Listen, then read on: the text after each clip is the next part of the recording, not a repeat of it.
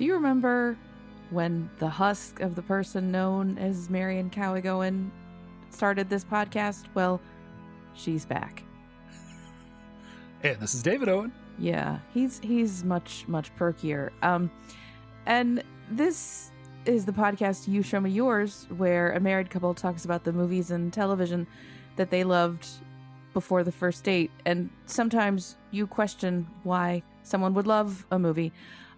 Like today, when I was made to watch The Descent. The Descent. I am no longer myself at the moment. I am crushed. Yes. The Descent, of course, is the 2005 horror cave diving classic directed by Neil Marshall, who you may or may not know from movies like Dog Soldiers and Doomsday. And I think he produced a bunch of stuff television recently. That Lost in Space show. But Doomsday is actually a pretty good movie. But this is, without a doubt, I think his crowning achievement of his career, The Descent. Well, you told me before we started this year's Spooktacular, because it is, by the way, Spooktacular. Yes, it is. That your goal was to scare me. Yes. And I think you succeeded. At one point I said, I'm like Homer Simpson backing into the shrubbery, except the shrubbery was the couch. I wanted to get and that was before the crawlers even showed up. Yeah. Yeah. Oh God. So last week I wanted to go a little bit more atmospheric and gothic and creepy with the witch. And I was fine with that, I think. Yeah. But this week I wanted something that would get a visceral reaction. And this is probably close to the reaction you would have from watching Hereditary. So that's one of the reasons that I picked this movie, but for different reasons. But about the same level of freaked outedness. Yes. I think I am not quite as much of a desiccated husk as I was after watching Mandy.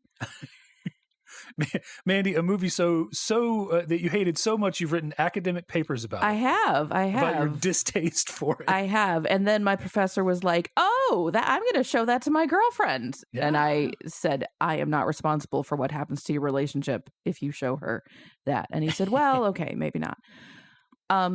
Yeah, yes. This is not quite as soul-sucking as Mandy, but it is. So I was watching it from behind my hands for a lot of it. Yeah. Because it does do an excellent job of being tense and scary. So if that is your goal, well done. Yes. If you have never seen the Descent, it is about a group of lady friends, most of which are English. And they're like 20-somethings. I think there's a joke at some point about somebody turning 25, and that's kind of like your old. I was like, they look in their 30s. Well, yeah, I mean, anyway. it's what does a 25-year-old look like anymore? Who knows? I don't even know. And they are, they're a group of adventuring friends, sort of in the X Games sort of Gen X, I guess millennial now. They're very extreme. Like, we just go for fun. We go, whitewater rafting and stuff. And one of them, Sarah, who is married with a kid, on the way back from their opening adventure that we're shown in the movie, there's an accident and the husband and daughter are killed. And we rejoin our troupe of adventurers a year later in America, approximately in North Carolina, because they use North Carolina plates on the cars. Yeah, at one point they drove past a sign that was like entering something state park, and I think I know where that is. I think I've driven by it. So it's northeast Georgia. Yeah, but they're just like Appalachia. Very, very western North Carolina. Yeah. It's kind of in that way. And Neil Marshall, I believe, is English, but it's sort of that way of like where someone in America makes a movie and they're like the Moors, the Appalachians. I thought place of mystery. The label on it just says Appalachian Mountains, USA. Like, I don't know. It's somewhere in there. It's not Texas. It's not Maine. It's somewhere between. And that is sort of that area that is kind of a gray area where like there's a place in the North Carolina mountains where you can be in Tennessee, Georgia, North Carolina, South Carolina, all within like a pretty short drive. And so, it does kind of become this thing. Like we've been up that way vacationing before, and like you cross over into Tennessee and you don't even know it, and you're back, and so it is sort of a gray area of borders. To anybody living anywhere else in the U.S. or the world, it's not going to be humorous, but to me, it was like, where exactly are you? I don't think you know, but anyway. Yes. And so they come back together for an adventure, and our other key player is Juno, who is sort of she's sort of the, I guess, the leader of the adventure squad in terms of like pushing for adventure, pushing for them to do the more extreme stuff, I guess. And she's the only American, I think, which doesn't turn out to be super relevant, but it's just noteworthy. And they're going to go explore a cave, and everybody's hyping it up as this like tourist trap cave. And then when they get to the cave, it's definitely not a tourist trap. And throughout the course of the adventure, it turns out that Juno thought it'd be a great idea and like a healing process, because this is kind of Sarah's first adventure back out after her tragic loss. That they all come together and explore and discover a new cave system that no one's ever been in before. And then stuff happens, and that's what we're going to talk about. And so they well, I guess we have to. They slowly get tracked and then confronted by the crawlers, which are these sort of subterranean human, weird, like dead ends off of the evolutionary track. And we're kind of given information about the crawlers that would indicate that they are like a cave people, that they trace their lineage back to like a cave people who were essentially an isolated population and evolved.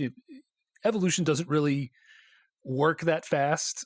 Like while humans have traits have been selected for, we're losing our wisdom teeth, we've gotten taller, lactose tolerance has come to prominence in us.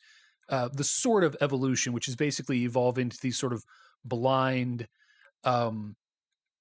echolocation using bat-like humanoids is beyond the scope of the few thousand years that they would have had in the cave. Well, I don't know. One thing I think is interesting about the Appalachians is the thing that led to jokes about inbreeding and unique musical traditions and food traditions and accents and storytelling traditions, that all these pockets are sort of isolated, could also lead to, these people got stuck there, and who knows, hundreds of thousands of years ago. Like, well, it wouldn't be hundreds of thousands, but I mean, the cave painting stuff puts it maybe like it's like the Denisovan stuff, like the 50,000 years ago. And like on an evolutionary scale, that's just nowhere near enough time for that sort of. So here's the thing: you can always say, there actually is sort of an analog for this, but not in humans, right? Linville Caverns, which are in the North Carolina mountains, there is a population of fish that live in Linville Caverns that are so Linville Caverns is one of those cavern systems that you see that has all the drippy rocks, the stalactites, stalagmites, and all sorts of crazy formations and stuff. And this would be like the one where they're calling it a tourist trap, right? It would be similar to the tourist trap, not challenging. No crawlies. Yeah, and there's it's not even a cave system, right? It's a tourist attraction. Like it sounded like at least the one they were going to was like a cave for spelunking, but it had handrails and shit. Linville Caverns is literally just like a walking tour that you go in and you're like, oh, here's the one that we call, the Weeping Jesus, because it looks kind of like a Jesus face. And this is Mother Mary, and this is, Count Dracula and whatever. And they have all these different formations that are like pareidolia, look like human faces or animals or whatever. And anyway, there's this section that they take you over it. You're on this like rickety metal bridge that's made out of like pipes, and they get the whole tour group over this water, and then they go, the water here, it's like crystal clear, and it's beautiful. They go, like in the 60s they tried to measure how deep it was, and after 1,000 feet they ran out of cable to go down any further. So we don't know how deep it is. It's at least 1,000 feet, you know. Anyway, back to the point. I just thought that was a great thing at like 7 years old when I went there, where they have you out, and I'm like dead in the middle of this bridge, and in my mind, it's like 4 or 5 like inch wide pipes together with no handrails and no nothing, and you're just suspended over what you're being told is infinitely deep cave pond or whatever. And I'm sure it actually had guardrails, and it was probably 10 feet wide or whatever. Okay, so I'm sitting here expecting you to be like, and then they shook the footbridge. And then hydraulics made it seem like it was falling. And one plant fell in and screamed, and then everyone paid attention very closely for the rest of the tour. And so after they do that little bit, they draw your attention to the fish that are in there that all have these white noses and gray eyes, and they tell you the story of how these fish got trapped in here 10,000 years ago or whatever, when the cave system used to be fed by a river and it's no longer fed by a river, and the population was trapped in here, and it was pitch dark, and they developed the white patch on their noses from bumping around and everything, and over time they just sort of naturally went blind. They were no longer using their sight. It no longer gave them an advantage. So the each successive generation, the fish that were born less sighted actually did better, because they weren't relying on the false information that they were getting from their sight in the total dark. And eventually, over a series of 500 generations or whatever, the lifespan of a fish is, they essentially evolved to be blind and to have sort of a hard spot on their nose where they can bump into the wall and sort of feel around. And that all these, this entire population of fish just kind of evolved here in this closed system. So you can point to something like that, and to show that sort of stuff is possible. But, to claim that can happen within humans, the survival pressures, and also when they establish that they have access to the surface. The only way that a human population would ever evolve to lose their sight and to use exclusively sound would be that it was totally, because they say at some point, they must go to the surface and lure animals down here to kill them.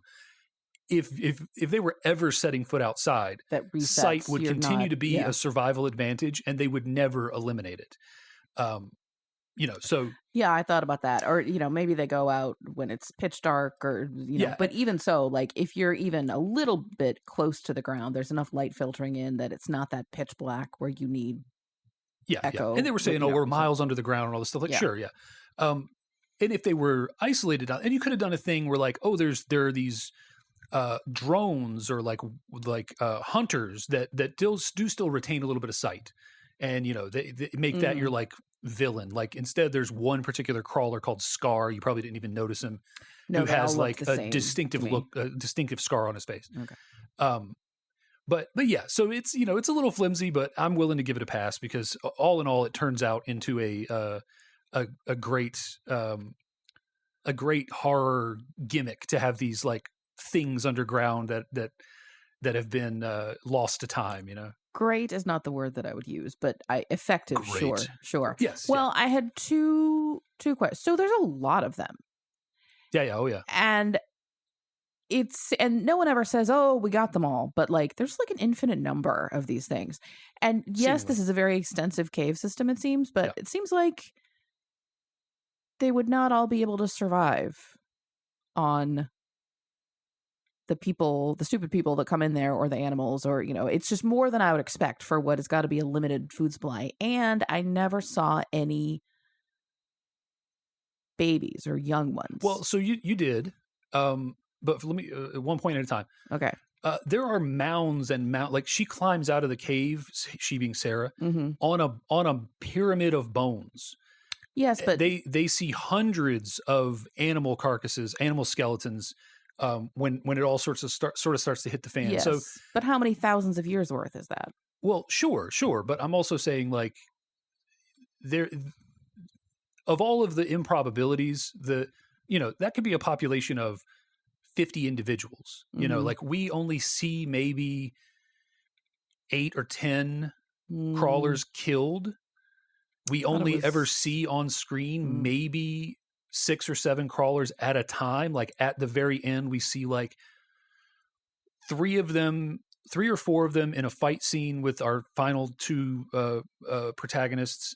And then at the end, when Juno is left behind in the cave, we see maybe 6. So I mean, they're just very mobile. Yeah. Well, it's their environment, right?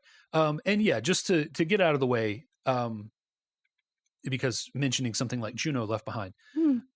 So did you catch the necklace gag? It's got the phrase engraved on it that Paul was known for saying, which is Sarah's husband. Yes. So we're assuming that he gave it to her. He gave it to Juno because they were having an affair. Which right. is telegraphed sort of in the beginning. Yes. It's never said explicitly, but you figure it out. Yeah. Because she falls in the water and he's very Juno. attentive to her. And then their other friend kind of looks and is like, and kind of figures it out. But Sarah's oblivious. And Juno leaves shortly after the accident because unbeknownst to the rest of the friends, in addition to grieving the loss of her friend's child and husband, she's grieving the loss of her lover as well. So she kind of disappears right after the accident that claims Paul and the kid Jessica, is it? Yeah.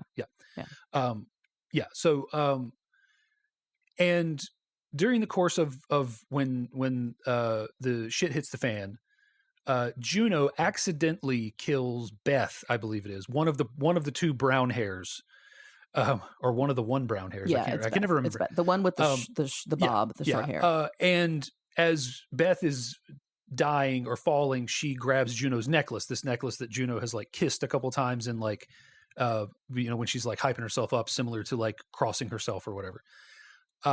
And later on, Sarah finds Beth, who was surprised not dead, but very badly hurt because she got an ice axe in the throat. Yeah, and that truly was an accident. It was an accident, but Juno's given a chance to own up to that being an accident. But in the process of Beth being discovered by Sarah, she finds that Beth is still grasping the necklace. Beth is like, she says it's from Paul.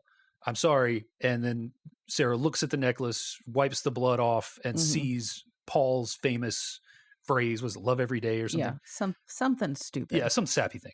Yeah. Something that a lame British dad would say. Yeah, I just, please don't ever give me a necklace with something stupid like that. I'm working.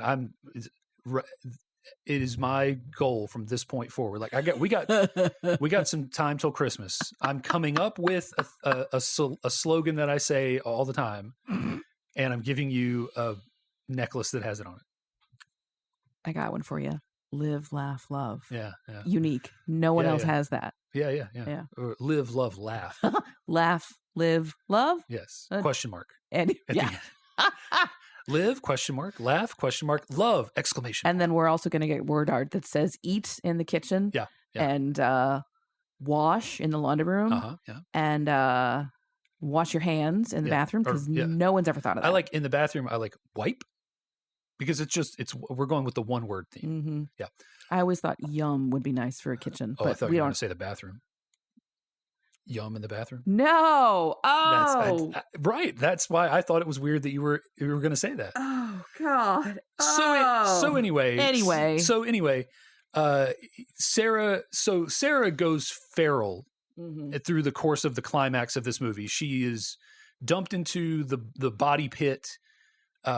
She swims in the blood puddle. So understandably, yes. She loses it a little bit. She goes feral, and she finds Juno after Rebecca and Sam or Holly or somebody. Everybody else is dead. And she already knows what's up with Beth, but Sarah gives Juno a chance to kind of own up to it. She asks her, "You saw her die?" And she's like, "Yes." And this would have been a point where Juno could have just said like, no, I should have, I accidentally, because it truly is an accident. Juno is in kind of a bloodlust moment after having just killed the first of the crawlers and thinks one's behind her, turns around and, swings the axe. And that's when she accidentally killed Beth. That's when she accidentally killed Beth. And so this leads to Sarah kneecapping Juno in the climax, in the climactic moment when they found the exit, when they think they found the exit, but they are confronted by like 4 or 6 crawlers. They have a fight, they kill him, and then there's a moment, and Sarah shows the necklace, hits Juno in the kneecap with the ice axe, and leaves her for dead. And well, not even leaves her to be killed right, so yes. Juno knows exactly what Sarah did and what's happening, which Yes. is like that is wrong, but that is kind of badass and, yes, well, and you know, cold. yeah. And she So- knows that she knows, and Yeah. you know, Juno knows that Sarah knows, and yada yada yada. And so that explains the whole. That's the dynamic that and how we approach the ending, and that's important information. That's why I took the time to try to explain that, Mhm. because we will reference some of that as we go forward. Adolescence. You do see an adolescent Okay. when right after Beth dies, Sarah is real. grabbed. Yeah, Beth dies for real. Okay. In the meat pit, in the body pit. She's grabbed by a little crawler. She kicks okay. it and then stomps it in the head to kill it. Okay. Then a female crawler emerges from the shadows. Okay, I thought that one looked different. Yes, okay. and because of the boobies, that's how you knew. Yes. And you know, sort of, because again they don't see, sort of sniffs the dead body, you know, yells, screams, Mhm. and then Sarah runs away, falls in the blood puddle, Mm-hmm. and then has a big fight with the mama and ends up killing her with a antler or something. So yeah, so you do see Okay, a female, and you do see an adolescent. The one thing you never see, and I feel like this is great restraint on the part of the filmmakers, is dangling junk. I was gonna say that female had not National Geographic Yeah. boobs. They were pretty small. But yeah, like it would be so easy to just, it's so justifiable to just be like, you know, I just occasionally want the silhouette of it swinging. I'm good. I want you to be able to make out the Frank or the beans. I'm good in a shadow. I'm good. I'm good with that. Well, you know, honestly, for this species that has evolved to obviously not wear clothes, and they're in the dark, and they probably are mating on a schedule. I don't know. Can you smell when a woman's ovulating? I don't. In the I don't know. Like, it makes sense that in this world where things evolve on demand, kind of, that the genitals would evolve to be smaller. Perhaps. Also, it's probably, is it colder in there? Yeah. So it would be colder in there. Things. I mean, well, that's the thing about being underground. I noticed that they took off their coats. Yeah. Because it's an even temperature. Like, it's not cold, it's not hot. It's you know, and that's why geothermal is a thing. Yeah, that could be the other thing too. Yeah, if they're near some geothermal stuff. Yeah. Yeah. So yeah, you do see an adolescent. You get a. There is a sequel to this movie that I don't think is no one from the first movie is involved. I don't think. Maybe they may have gotten an actress or something back. I don't know. But so they may expand on sort of the social structure of the crawlers, but unnecessary. But we do at least get the establishment that there are females, there are children. Okay. Well, so I didn't notice the youngling because, again, I was watching through my hands. Yes. It's difficult to yes, to notice sometimes. But yeah. So I think this movie it's extremely effective in the way that it builds things up. Mm-hmm. You know, because it's laying out story, really, you know, early on, you know, you get a sort of a tragic beginning. 1 year later, you know, you have this slow build to the reveal that they're in an unknown cave system. You have all of this. It's like, I knew that this movie would get a reaction from you on the claustrophobic stuff, mm-hmm. in addition to the monster stuff. And that's the thing that I think they do a good job of. They give you these early claustrophobic moments that are a certain type of scary, and put them in this situation, this dire situation, and then go, What if there were monsters too? Yeah. Wouldn't that be crazy? And it goes from there, and it does this great job of building to that, so that at the moment that they finally reveal the crawlers, because they've done enough reveals that something's going to happen. Mm-hmm. There's been glimpses. There are some good. There's a certain number. I don't know if it's 3 or 4 of times where you can see one in blending in with the rocks. There's a couple of explicit times. There's a point where they're all there, and there's one standing silhouetted, and then it kneels down. And if you don't even you register that someone kneeled down, but then you're like 1, 2, 3, 4, 5, 6. Oh, that's all. They're all there. Yeah, I didn't notice that at all, except for the time when Sarah was like, "I see somebody. I see somebody." Yeah, and then there's one where they're shooting through what looks like an archway, and they start to walk off, and then at the top of the archway, it's actually like a tilted head, and it opens its mouth, and some goo falls out. Oh, I'm glad I missed that. Yeah. So, but I think so. They do an interesting sort of, I don't know, switcheroo kind of. One of the people who gets killed, is in med school. Yeah. And so she's sort of the know-it-all of the bunch, not in a bad way, but she's the expert on bodily things. Like somebody gets hurt, she's there. She fixes it. And she says, "Oh, when you're underground, you can get disoriented, you can have hallucinations, you can hear things, you can see things, So it plants this. That up. Yeah, so it plants this seed that when Sarah says, "I saw a man over there. It was all white. He was," you're like, did she actually see that, or is that a hallucination? Also, we are told that she's not entirely herself. She's a year on after some the accident. So she's on some kind of drug for depression, for whatever, that they make a big deal of her taking. Well, that's not entirely. No, I'm just saying. So we know that she's got stuff going on. She's I don't love that taking an antidepressant leads to. We don't know what it is, because but she is also shown to have vivid hallucinations before they get into the cave. She hallucinates a metal spike, which is the way that her son, or her husband and child died, is they had a head-on collision and metal spikes flew through. Final Destination. Yes, flew through and killed the 2 occupants. She has a very vivid hallucination dream that a spike pierced her head through the window of the house. She is continuously having this remembrance / hallucination of her daughter's final birthday, I suppose. There's a cake there. Which is the theme that we'll get into near the end. And so she is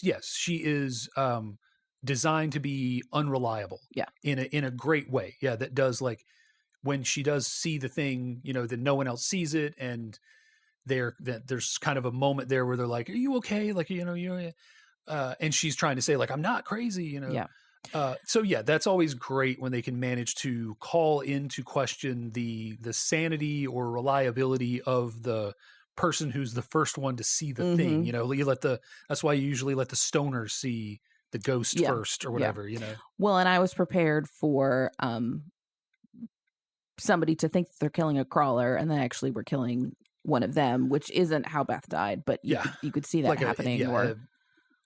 A flash of because they do the whole sort of bloodlust, blood frenzy kind of thing with Sarah. So but it does a great job of this slow build. It really it gets you in so many different ways, and it sets you up for the reveal of the crawlers really great. And then once the crawlers are revealed, it's just a frenetic run of everybody's splitting up and going different ways, and then they bring it down. And you can see them individually because they get separated. 2 of them are together, and then some of them are solo, and they start to gather the information about, okay, they can't see, they seem to rely on hearing, so then when they do come back together, they share this information, and they kind of get this idea of what's going on. But it's a great slow build into a fast climax, a fast final act. What did you think in general? I mean, did you have any besides it's scary, it was scary. Any other thoughts? I never want to go in a cave. Not that I wanted to before, but now I really don't.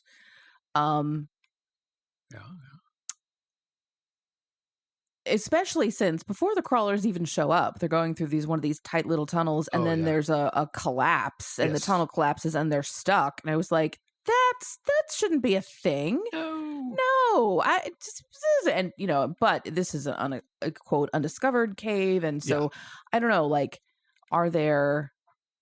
does like the National Park Service have to go in and certify, like, yes, this is sturdy, it will not collapse and kill you? I don't know.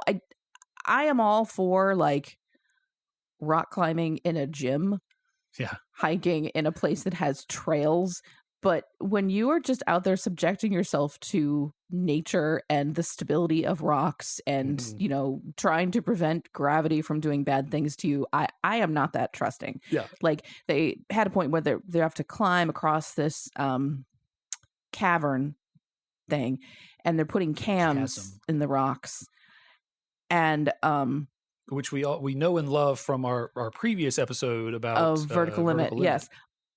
So it seems like you just shove the cams in the rocks, and they're gonna stay.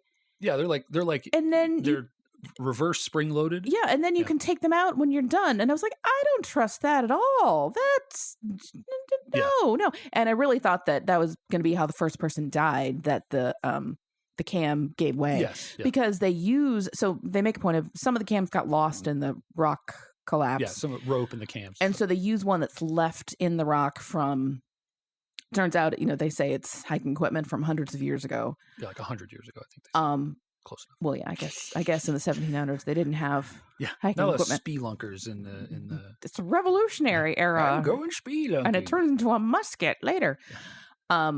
So they use one of those, and I thought that was going to fail, and that's how the first person died. But no, and it does fail, but as part of a larger failure.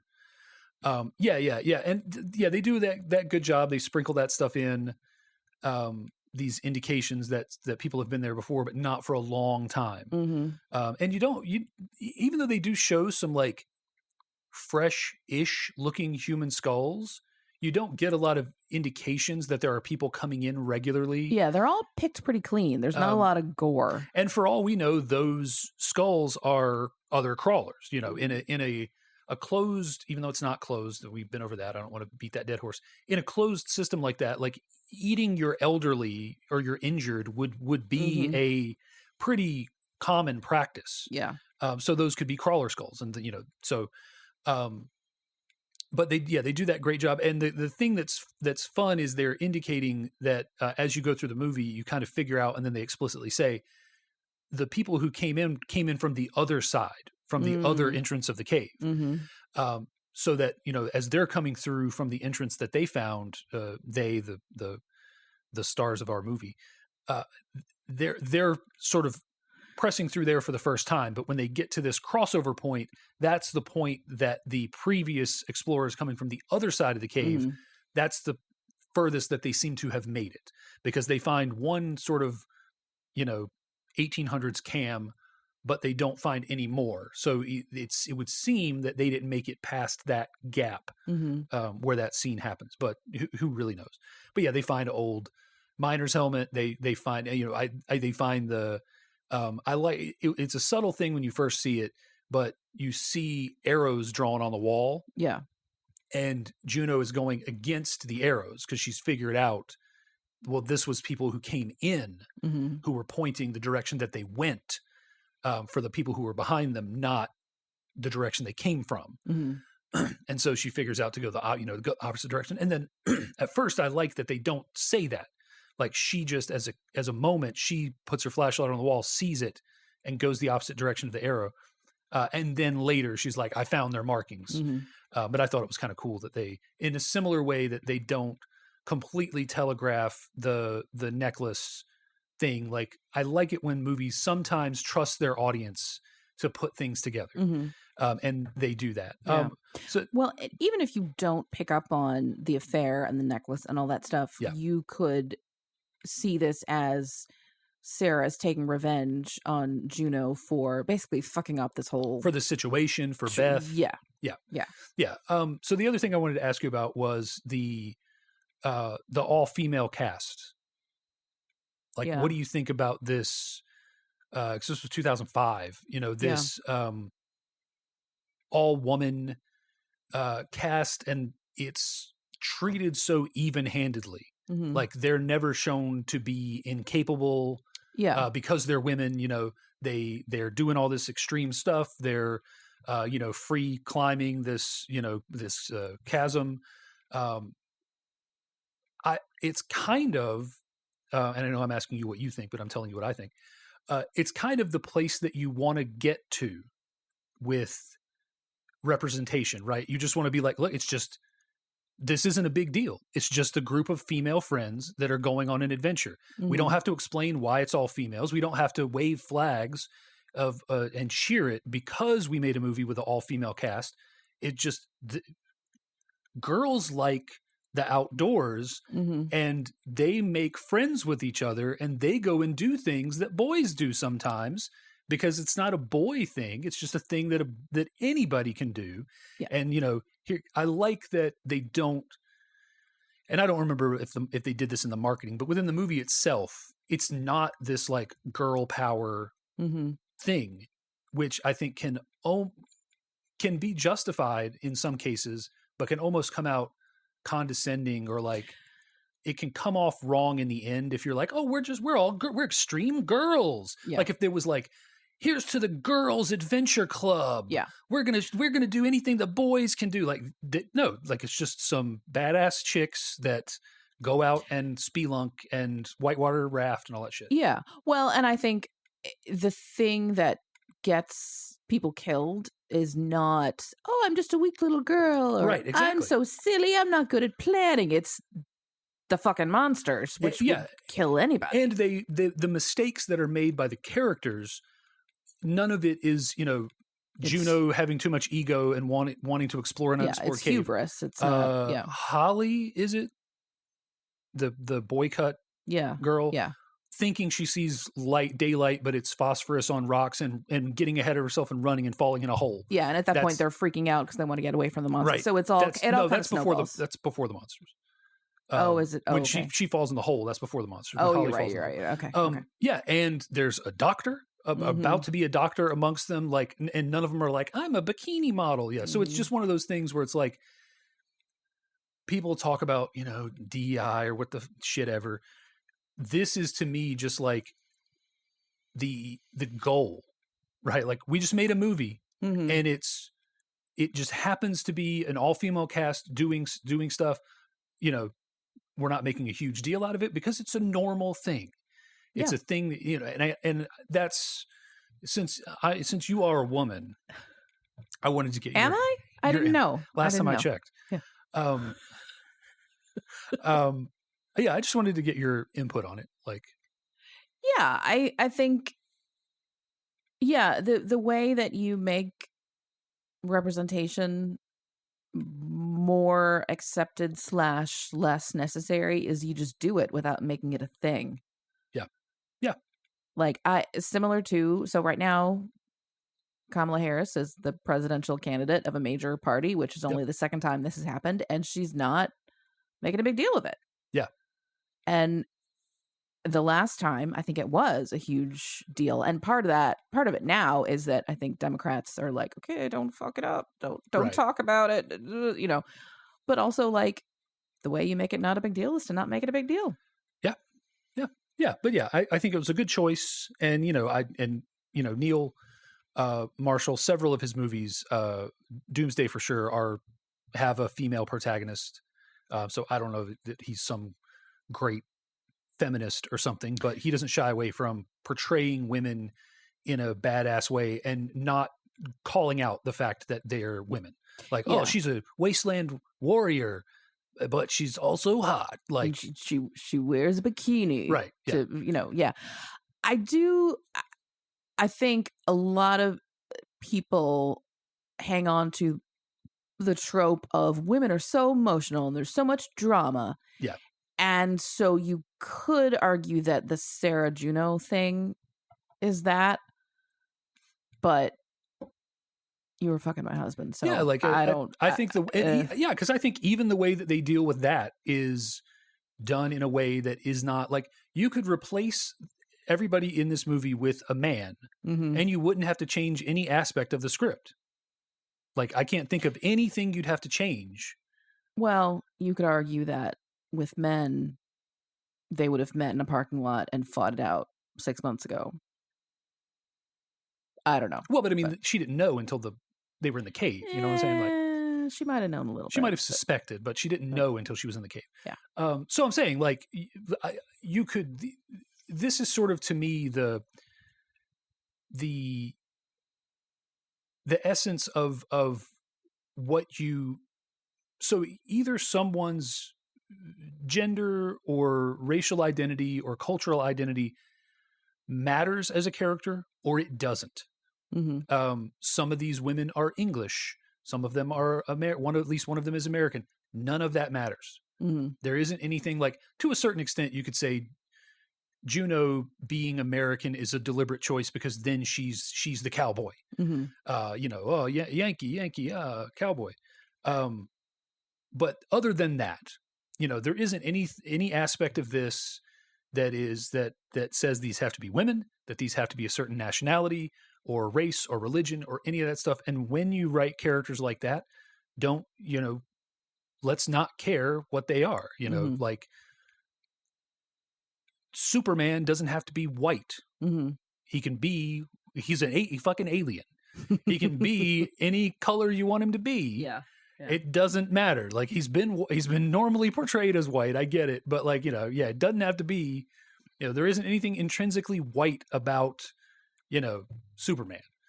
Just like there isn't anything intrinsically female about these characters. And I think there is a camp that would say, like, well, we should write these characters with more nuance so that their female aspects do, but this ain't that kind of movie. Mm-hmm. And I just, that's one of the things that, given that this movie is from 2005, that I always thought, even back when I watched it in 2005, like, that's kind of progressive. Like, that's cool. Like, that nobody made a big deal out of it. It passes the Bechdel test. Yes, it certainly does. Yeah. So, was there anything in particular that stood out for you? A thing that stands out for me, and when this is kind of what I'm asking about, is the visual, the usage of light and the way that they handle it. I don't know if you noticed, there are a couple of places where they do really interesting things. First of all, they have the green section where they crack some massive industrial sized glow sticks, and that gives them a green hue for a while, and the monsters are lit in green. And then they do a interesting thing where one of the characters dies hanging from a cam over some water, and she has a headlamp on and she's kind of spinning, and they are using that down light from the dead girl's headlamp to light Juno as she emerges from the water and climbs up near the end of the movie. And I just thought little stuff like that just struck me from like that was a cool, stylistic choice. Yeah, there were a couple times where things are lit in such a way that they look kind of black and white or sepia, and then the light shines on the characters sort of at a moment when emotions shift. Yeah. And I thought that was interesting. I think when Juno finds the two other Brits, Becca and Sam, I think like red shifts on her. Yeah. Well, like she's so relieved that she found them, and there's and so there was a little bit of that. Yeah. Not so much around use of light, but since we planted the seed early that, well, that's not daylight, it's phosphorus coming from the rocks. I thought at the end, when Sarah sees light and scrambles out, that was going to be a hallucination. Yeah.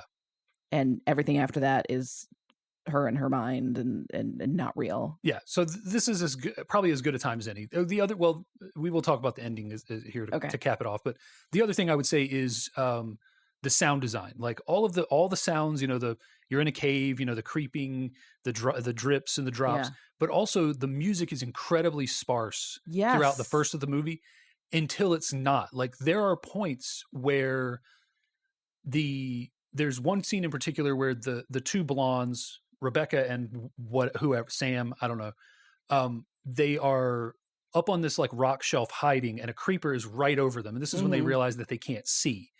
And as the creeper gets closer, the music builds and it becomes this cacophony of overbearing orchestra instruments, big, like timpani drums. And it sounds like when a band warms up, like when someone's like, give me a sound that's like they're in the orchestra pit and they're warming up, but it just continues to grow and grow and grow. And in a movie that has had almost no significant music, in that moment, for the music to be so overbearing, it really drove home the feeling of those two characters who are trapped there, not knowing what's going on, thinking that they're basically dead. Yeah.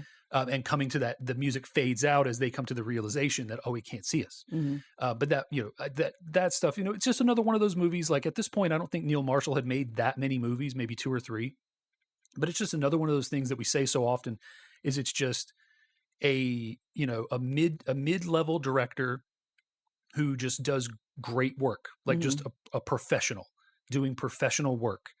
And sometimes a director is like an auteur or a cinematographer, a director of photography, who all factor into all these things, and a sound designer, all these things I'm talking about. Sometimes they're like an auteur and they do these, they are Christopher Nolan and they're Darren Aronofsky, and they're these people who do these grand things, Wes Anderson.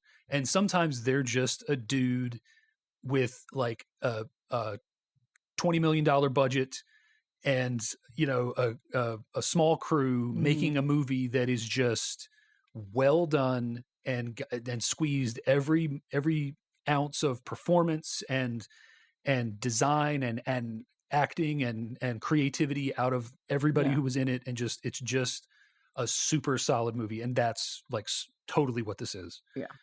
And then it's just legitimately scary in several different ways, in that supernatural way with the creatures, and just like you could do a version of this movie that's got no creatures. Like they could have just continued to go through this cave system, never encounter these creatures, and just end with them never finding a way out. And this would have still been a super effective movie. Oh yeah, I think 40 minutes in, when they get to the first tunnel, I was like, "Oh fuck that! Fuck that noise!" Exactly. I think I said I've never been so glad to be overweight in my life. There are Not a lot of fitting these that I just could not go through, and I'd be like, "I will go watch the car and have lunch ready for you when you get back." Yeah, for sure. We'll get in towards the end here. We'll talk about the ending. So the version that we watched, it's the American ending, the American theatrical ending. And so in the end, Sarah kneecaps Juno, leaves her behind, crawls up the pyramid of animal bones, emerges from a hole in the mountain, and runs back to the car. Miraculously, she's right by the car. I was like, that's not usually how cave openings work, but okay, fine. Yeah, well, we don't know how far she had to go, but yes, she is somehow near the car, gets in the car,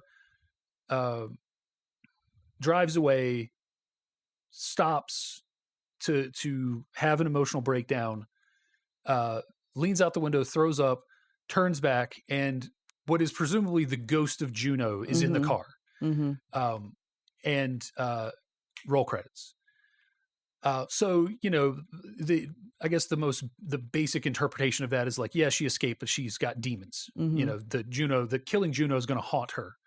Not that like, the ghost of Juno is about to kill her, because that would be a total leap for this movie, which is otherwise grounded in the quote unquote real world. Yeah, that felt like Korean horror, The Ring or something. Yes. And we have already seen that she hallucinates, and that she is, that she's been going through some stuff, and we know that she went into a blood frenzy in the cave and all that stuff, and it went totally feral and all that. And that's the American version. She sees Juno, she screams, close up on her eyes, cut to black. The UK ending, and I suppose that since Marshall is UK, is from the United Kingdom, probably what he considers the definitive ending of this movie, is all of that happens, and then cut to her eyes, looking at the birthday cake, fade up, she's still in the cave, She's not at the exit. Mm-hmm. Creature noises in the background. She stands up. I think, if I remember, I've seen this one time. She stands up, ready to fight. Overwhelming number of creatures enter the scene. Cut to black. Yeah, that's the UK ending. That feels more likely, and Right. I think Americans want a little bit of a happier ending, so that makes sense. But I think it's interesting that your natural inclination was to distrust the happy ending. Yeah. Like you said, I expected it to be a hallucination. Yeah. And in fact, it's intended to be a hallucination. Mm-hmm. She is, in fact, intended to never get out of the cave. Mm-hmm. So that's the UK ending. So do you prefer the USA happy ending, or would you prefer a doom and gloom, rainy as London UK ending? I don't think either of them is a happy ending. There's the happy ending is when a survivor ending. Yeah. The happy ending is when they say, I'm tired. Let's keep sleeping. Right. Let's skip the cave. She comes out of the cave and it's actually been a time portal, and she slashes all their tires so they can't get to the cave. Yeah. But just so I think this says a lot about someone and their view on horror. And I would not call you a horror fan. No. But I think horror fans are often divided on the value of a happy ending in horror, especially in a movie that might become a franchise. I think there's a lot to be said about the Friday the 13th style. Jason rises out of the lake and grabs the survivor at the end, and then cut to she's in the hospital. And was it real? Was he there? We'll never know kind of thing. Well, yeah, I think I was thinking of that and Nightmare on Elm Street, where like we've defeated Freddy, except not. I'm still terrified of, like, and that's what I mean when I say that's not a happy ending, really. Being physically alive is not all that's required for a happy ending. I think there is something to be said for, if you're gonna die, go down fighting with everything you have and take out as many bastards as you can.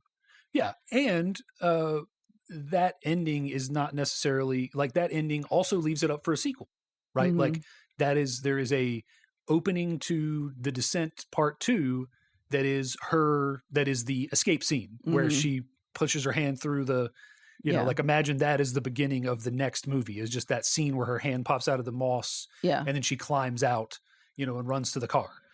Like that's your sequel right there. So I think there's something to be said about an ambiguous ending versus a definitely happy. And when I say happy, what I mean is survived ending, which I know is not, as you were saying, not necessarily a happy ending, a survivor ending versus a definitely didn't survive ending versus a cut to black, because you hate not being explicitly told what happened. I do. Well, I think, I don't know, it's something like that where, she's suited up for battle and she like, to me, then it's pretty clear she's going to die, but on her terms.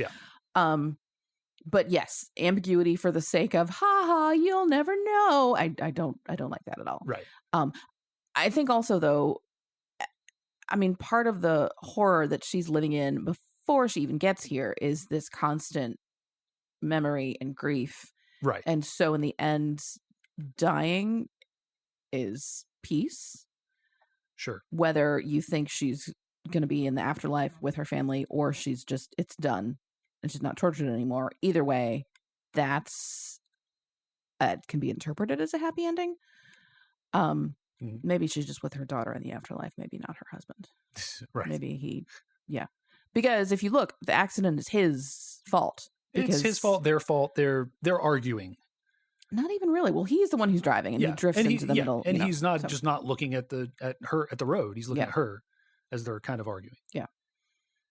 So, but yeah, I mean that's I think I prefer the UK ending probably, just because it's so telegraphed with the cake stuff, bringing that back, because the movie starts with the cake, and it occurs like 3 times in the caves.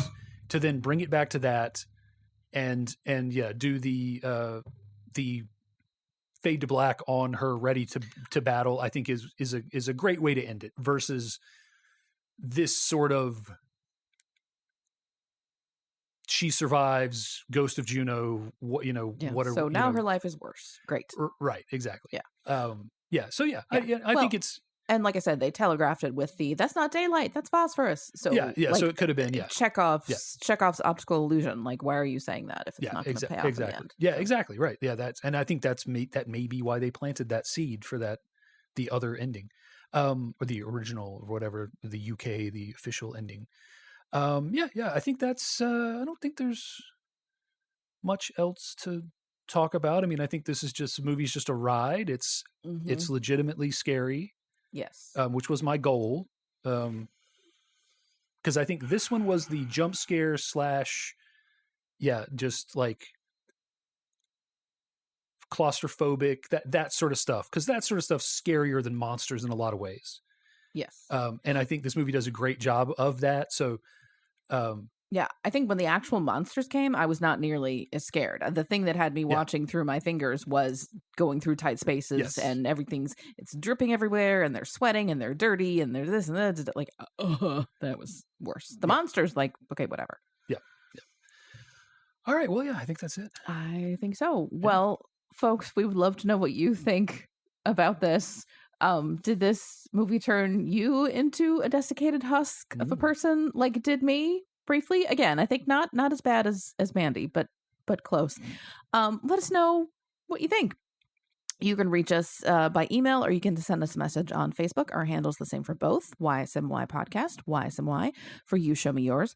We're at gmail.com, or DM on Facebook. Also on Facebook, you can find links to our latest episodes. Typically, we have new episodes every other Wednesday. So 2 weeks from today, no matter when you're listening, there'll be a new episode.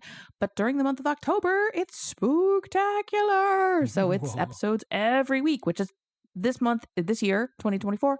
5 episodes in October. And so, Dave, what are we watching next week? So do you want to be scared more? No. Or do you like, so I can offer you emotional monster, supernatural. I can offer you supernatural murder demon. I can offer you special effect alien mystery horror, or I can offer you a demonic STD.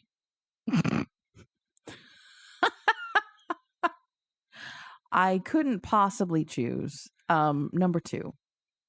Which one was that? Murder demon. Okay, so Sinister it is. Okay, I think this movie will disturb you. Oh no! Can I change my mind? It's too late. Oh no! Okay, but it has Ethan Hawke in it. Yay! So that's yippee! People love Ethan Hawke. Come on. Okay. All right. Well, folks, we will see you next time with more desiccated husks versions of me. In the meantime, this has been You Show Me Yours. Thanks for listening. Bye. Bye.